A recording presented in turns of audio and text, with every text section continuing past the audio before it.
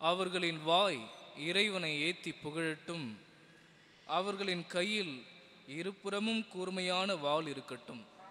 திருப்பாடல் 149 வசனம் 6.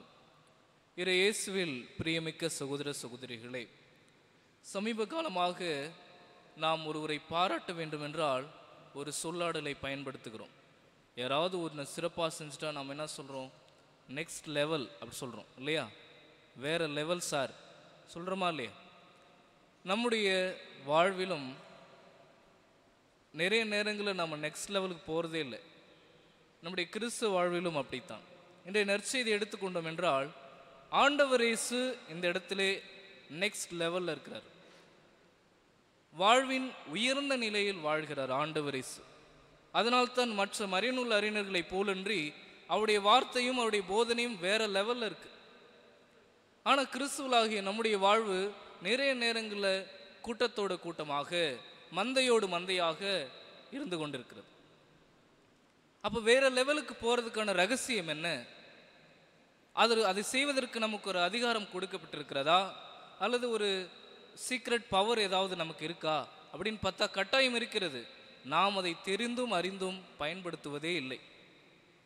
அது என்னவென்று கேட்டோம் என்றால், அதுதான் இறைவனுடைய வார்த்தை. இறைவனுடைய வார்த்தைக்கு, கடவுளுடைய வார்த்தைக்கு அவ்வளவு வல்லமை இருக்கிறது. அதனால்தான் நாம் இறைவன் விவிலியத்திலே எபிரேயருக்கு எழுதப்பட்ட திருமுகத்திலே 4வது அதிகாரம் 12வது வசனத்திலே வாசிக்கிறோம், இறைவார்த்தை உயிர் உள்ளது, ஆற்றல் வாய்ந்ததாக இருக்கிறது. இறைவார்த்தை இருபுறமும் வெட்டக்கூடிய எந்த வாளினும் கூர்மையாக இருக்கிறது.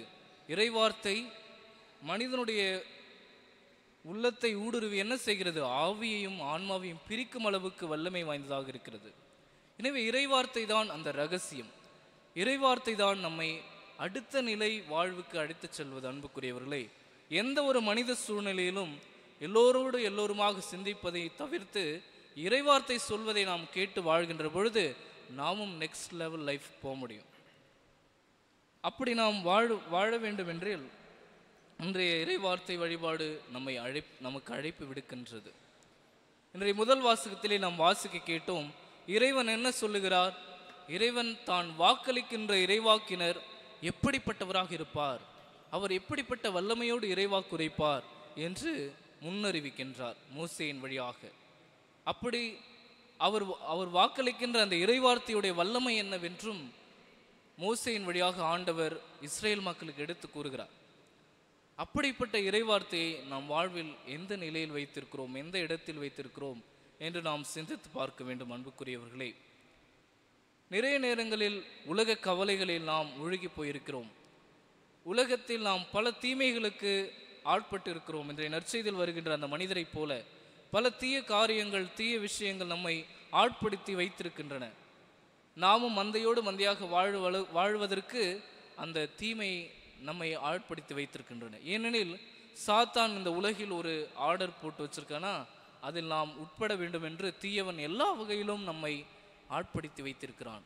எனவே அதிலிருந்து எல்லாம் நாம் விடுபட வேண்டுமெனில் இறைவார்த்தையை நாம் கையில் எடுக்க வேண்டும். அன்புக்குரியவர்களே, நம்முடைய வாழ்விலும் நம்முடைய குடும்பத்திலும் ஒரு இறைவார்த்தை வாசிக்கின்ற ஒரு கணவர் ஒரு சாதாரண கணவராக இருக்க முடியாது.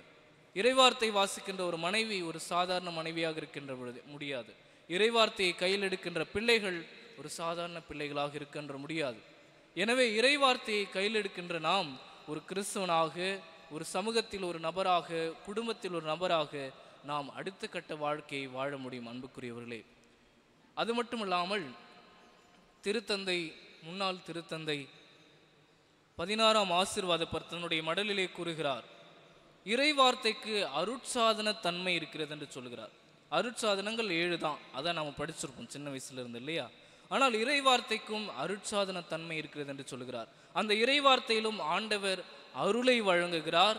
அந்த இறைவார்த்தையில் ஆண்டவர் தன்னையே வழங்குகிறார் என்று சொல்கிறோம். அதனால தான் இப்போ நம்ம என்ன பண்ணோம்? இறைவார்த்தைக்கு தூபமிட்டோம். ஏன் இறைவார்த்தைக்கு தூபம் போடுறோம்? ஆண்டவர் இயேசு இந்த வார்த்தையில் நம் உள்ளத்தில் வருகிறார், பிரசன்னமாகிறார். எனவே இறைவார்த்தைக்கும் அருட்சாதன தன்மை இருக்கிறது.